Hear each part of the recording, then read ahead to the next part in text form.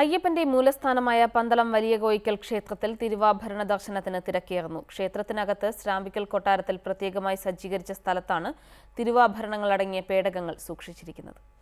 ശബരിമല തീർത്ഥാടനം ആരംഭിച്ചു കഴിഞ്ഞാൽ ഏറ്റവും കൂടുതൽ തീർത്ഥാടകർ എത്തുന്ന സ്ഥലമാണ് പന്തളം. അയ്യപ്പന്റെ ജന്മസ്ഥലം എന്നതാണ് പന്തളത്തിന്റെ ഏറ്റവും വലിയ പ്രത്യേകത. തീർത്ഥാടനകാലം ആരംഭിച്ചു കഴിഞ്ഞാൽ ക്ഷേത്ര മതിൽക്കെട്ടിനകത്തുള്ള ശ്രാമ്പിക്കൽ കൊട്ടാരത്തിൽ രാവിലെ 5 മണി മുതൽ രാത്രി 8 മണി വരെയാണ് തിരുവാഭരണങ്ങൾ ദർശിക്കാനുള്ള അവസരമുള്ളത്. ശബരിമലയിൽ മകരവിളക്ക് ദിവസം അയ്യപ്പന് തിരുവാഭരണം ചാർത്തുന്നത് കാണാൻ അവസരമില്ലാത്ത സ്ത്രീകളാണ് പന്തളം ക്ഷേത്രത്തിൽ തിരുവാഭരണ ദർശനത്തിനായി ഏറ്റവും അധികം എത്തുന്നത്.